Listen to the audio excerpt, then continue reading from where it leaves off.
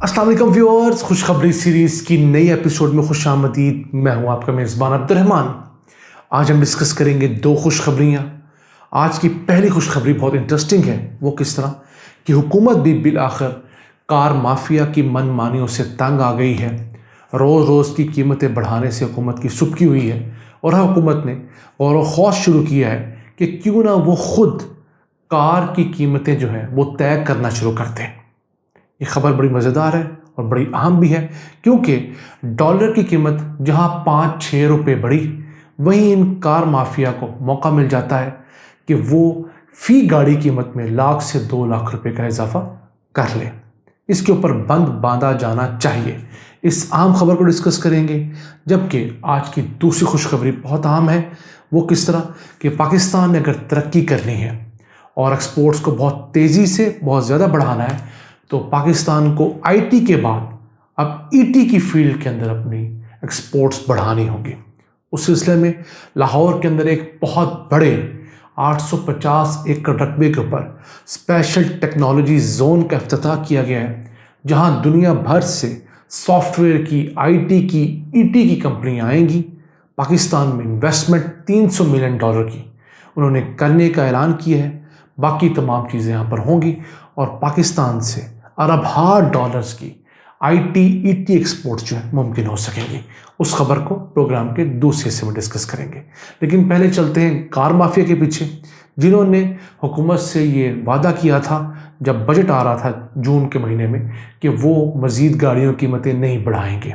हुकूमत ने अपने हिस्से के टैक्सेस जो हैं उनमें बहुत ज़्यादा कमी की। गाड़ियों की फ़ी गाड़ी कीमत जो है उसके अंदर लाख रुपए से 4 लाख रुपए तक कमी वाक़ई हुई, लेकिन ज़रा सा डॉलर अपनी जगह से हिला तो इस कार माफिया ने फ़ी गाड़ी कीमत में लाख, 2 लाख रुपए, 3 लाख रुपए तक बड़ी आसानी से इजाफा कर दिया। और ये तमाम कंपनियां शामिल हैं इसके अंदर। अब उसमें बहाना ये लगाती हैं कि चूंकि हम अपनी बहुत सारी अशिया इंपोर्ट करती हैं तो उसकी वजह से ये रेट बढ़ जाता है। तो ये इंपोर्ट क्यों करते हैं? अपना मुनाफा बढ़ाने के लिए। पाकिस्तान में फिलहाल बनाएंगे तो उतना बड़ा वॉल्यूम नहीं है, इनका मुनाफा कम होगा। तो ये कार कंपनियां अपनी ज़रूरत की 70% अशिया जो है वो इंपोर्ट करती हैं। होता क्या है, वियतनाम की फैक्ट्री है, कोरिया की फैक्ट्री है, वहाँ पर उन ममालिक के लिए चीज़ें बनती हैं। लेट्स सपोज कि जापान में कोई गाड़ी का मॉडल बना है तो 10 लाख गाड़ियाँ जापान के लिए जो चीज़ें बनी हैं वही ऑर्डर प्लेस किया गया है पाकिस्तान में बनने वाली 1 लाख गाड़ियों की मुख्तलिफ स्पेयर पार्ट्स के लिए। तो वो फिर उनको बहुत सस्ता पड़ता है, वो आराम से इंपोर्ट करते हैं और जब दिल करता है इन गाड़ियों की कीमतें बढ़ा देते हैं। तो अब हुकूमत ने लॉ डिवीज़न जो है उससे इससे मुतालिक पूछा है कि आया पॉसिबल है कानूनी तौर पर, और इस मुतालिक जो मिनिस्ट्री ऑफ इंडस्ट्रीज़ है उसकी बहुत शर्मिंदगी हुई है, क्योंकि उसने सबसे पहले टैक्सेस घटाने का कहा था ताकि पाकिस्तान में गाड़ियाँ सस्ती हों और ये ज़्यादा बिकें। और उसके बाद जो पाकिस्तान का एक अहम लेकिन करप्ट अदारा है ईडीबी, इंजीनियरिंग डेवलपमेंट बोर्ड, जिसने बेसिकली इन गाड़ियों के तमाम चीज़ों को रेगुलेट करना होता है, उसके अंदर इन कार माफिया के नुमाइंदों को ही जॉब पर रखवा दिया गया। कैसी बात है कि जिसने निगरानी करनी है उसी बिल्ले को दूध की निगरानी पर बिठा दिया गया है और वो उन्हीं के लोग उनके इंटरेस्ट को वॉच करते हैं। अब इस बोर्ड को डिसॉल्व करने के बारे में सोचा जा रहा है या इसकी जगह कोई नई बॉडी लाने के बारे में सोचा जा रहा है। अब हुकूमत इसके ऊपर संजीदगी से गौर कर रही है। और अब एक चीज़ और भी हुकूमत को तंग कर रही है कि पाकिस्तान में जो गाड़ी बिकती है वो 80 से 90% गाड़ियाँ ऑन पर बिकती हैं। मसलन आप जो लोग नहीं जानते उनको बताते चलें कि दुनिया भर में ये होता है कि आप गाड़ी खरीदने जाते हैं तो किसी शोरूम पे जाते हैं, पैसे देते हैं, फौरी गाड़ी मिल जाती है, या वो आपको हफ्ते 2 हफ्ते का टाइम देते हैं, आप उस तारीख को जाकर अपनी नई गाड़ी परचेज़ करते हैं। पाकिस्तान में ऐसा नहीं होता। पाकिस्तान में आप किसी डीलर के पास जाते हैं, वो आपको 6 महीने, साल का टाइम देता है और साथ आपको कहता है अगर आपको फौरी गाड़ी चाहिए तो इस गाड़ी के ऊपर 2-3 लाख रुपए मुझे अलहदा रिश्वत का, हराम का ऑन मनी दे, मैं आपको गाड़ी फौरी तौर पर ले दूंगा। तो जिन लोगों के पास पैसे होते हैं, जो 80-90% लोग नई गाड़ियाँ लेते हैं, वो ये हराम का, रिश्वत का 80-90% ऑन अदा करते हैं। और इस मुतालिक बहुत होशरुबा फिगर्स आई हैं कि गुज़िश्ता 5 सालों के दौरान पाकिस्तानियों ने 150 अरब रुपये से लेकर 170 अरब रुपये रिश्वत की मद में, ऑन मनी की मद में जल्दी गाड़ी लेने के लिए डीलर्स को दिए। और ये डीलर्स किसके साथ मिले हुए हैं? इस कार माफिया के साथ। क्यों? पाकिस्तान में गाड़ियां कम प्रोड्यूस करते हैं। अगर गाड़ियों को लेने वालों की तादाद इतनी ज़्यादा है, लोग 2-2, 4-4 लाख रुपया एक्स्ट्रा पे कर रहे हैं, तो ये गाड़ियों की प्रोडक्शन क्यों नहीं बढ़ा देते? ये भी इनका एक माफिया है, तो उसको भी तोड़ना चाहिए। और एक काम और करना चाहिए, ऑन मनी को रोकने के लिए हुकूमत को ये पाबंदी लगा देनी चाहिए कि जिस शख्स के नाम पर इनवॉइस जारी होगी उसी के नाम पर गाड़ी रजिस्टर होगी, और 1 साल से पहले कोई शख्स उस गाड़ी को किसी और नाम पर रजिस्टर नहीं करवा सकता।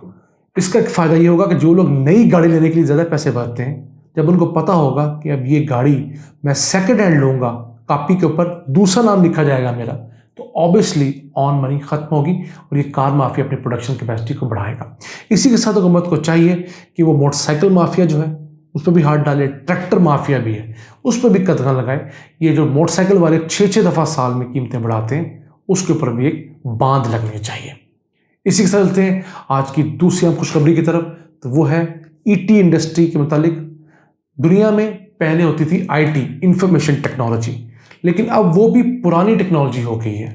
उसकी जगह पर जो नई टेक्नोलॉजी आई है वो है ईटी, इमर्जिंग टेक्नोलॉजी। पहले क्या होता था, आप सॉफ्टवेयर बनाकर एक्सपोर्ट किया करते थे, ऐप्स बनाकर एक्सपोर्ट किया करते थे, कॉल सेंटर्स बनाकर उसके ज़रिए सर्विस एक्सपोर्ट करते थे। वो आईटी की फील्ड थी जिसके अंदर इंडिया ने बहुत नाम कमाया और सालाना 150 अरब डॉलर्स कमा रहा है। लेकिन अब उसकी जगह पर नई टेक्नोलॉजी आ गई जो ईटी है, इमर्जिंग टेक्नोलॉजी, जिसके अंदर रोबोटिक्स है, ड्रोन्स बन रहे हैं, आर्टिफिशियल इंटेलिजेंस हो रही है, बिग डाटा है, डाटा साइंसेज है। ये नई फील्ड्स, इनमें भी इंडिया समेत दुनिया के बहुत ज़्यादा ममालिक अभी पीछे हैं। तो अगर पाकिस्तान ने अपनी एक्सपोर्ट्स तेज़ी से बढ़ानी है और बहुत ज़्यादा बढ़ानी है, तो हमें आईटी पर फोकस करने की बजाय अब डायरेक्टली ईटी पर जाना चाहिए। और दुनिया में अब क्या हो रहा है कि अगर आप आईटी के काम से $10 कमाते हैं, तो वही काम अगर आप ईटी में करें तो आप $500 से $1000 कमा सकते हैं। यानी 50 से 100 गुना तक आप ज़्यादा कमा सकते हैं इमर्जिंग टेक्नोलॉजीज़ के अंदर अपने आप को इक्विप करके। तो हम क्यों एक पुरानी टेक्नोलॉजी पर जाएं और उस पर टाइम ज़ाया करें? हम क्यों नहीं ईटी पर जा रहे? अभी हुकूमत एक बहुत अच्छा काम कर रही है कि मुल्क के अंदर 14 स्पेशल टेक्नोलॉजी जोन्स बना रही है। ऐसे ऐसे मिनी सिटीज़ बना रही है, जैसे अमेरिका में सिलिकॉन वैली है। उन मिनी सिटीज़ के अंदर टेक्नोलॉजी फर्म्स होंगी, वहाँ पर यूनिवर्सिटीज़ के कैंपसेस होंगे, R&D सेंटर्स होंगे, पार्क्स होंगे, होटल्स होंगे, रेस्टोरेंट्स होंगे, वर्किंग स्पेसेस होंगी, को वर्किंग स्पेसेस होंगी। एक इकोसिस्टम डेवलप किया जाएगा। पहला पार्क इनॉग्रेट किया गया इस्लामाबाद में, जो 150 एकड़ के ऊपर है। दूसरा आज लाहौर के अंदर किया गया, जो कि 852 एकड़ के वसी रकबे पर मुहित है, और यह है डिफेंस के फेज 6 के अंदर, जहाँ पर PKLI Pakistan kidney and liver institute का बहुत बड़ा हॉस्पिटल है, उसके साथ ये जगह वाक़ है। वैसे इसका संग बुनियाद शहबाज शरीफ ने सन 2014 में रखा था, लेकिन अपने 4 साल अहद के अंदर वो सिर्फ एक बाउंड्री वाल और एक गेट लगाने में कामयाब हो सके। उनका प्लान यह था कि यहाँ पर मुख्तलिफ दुनिया की यूनिवर्सिटीज़ आकर अपने कैंपसेस खोलेंगी। लेकिन अब ये स्पेशल टेक्नोलॉजी जोन का कॉन्सेप्ट है, ये उससे कहीं बड़ा कॉन्सेप्ट है।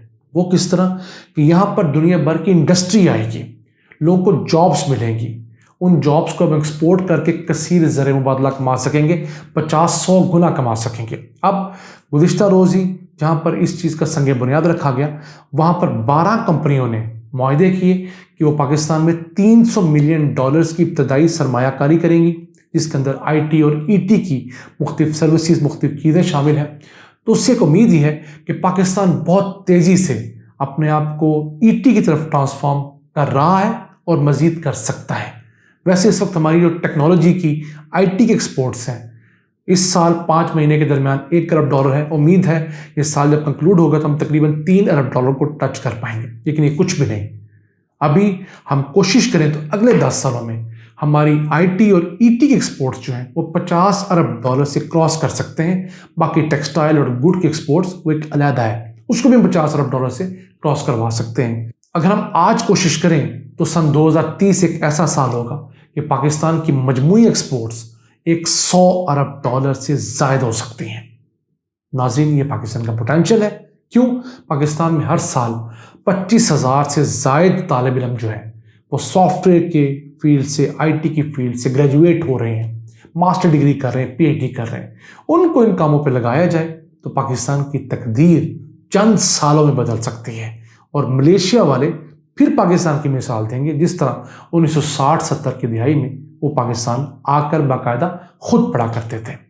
कोई चीज़ अनहोनी नहीं है, सिर्फ नीयतें हों, आपके पास वर्क प्लान हो तो अल्लाह आपकी मदद ज़रूर करता है।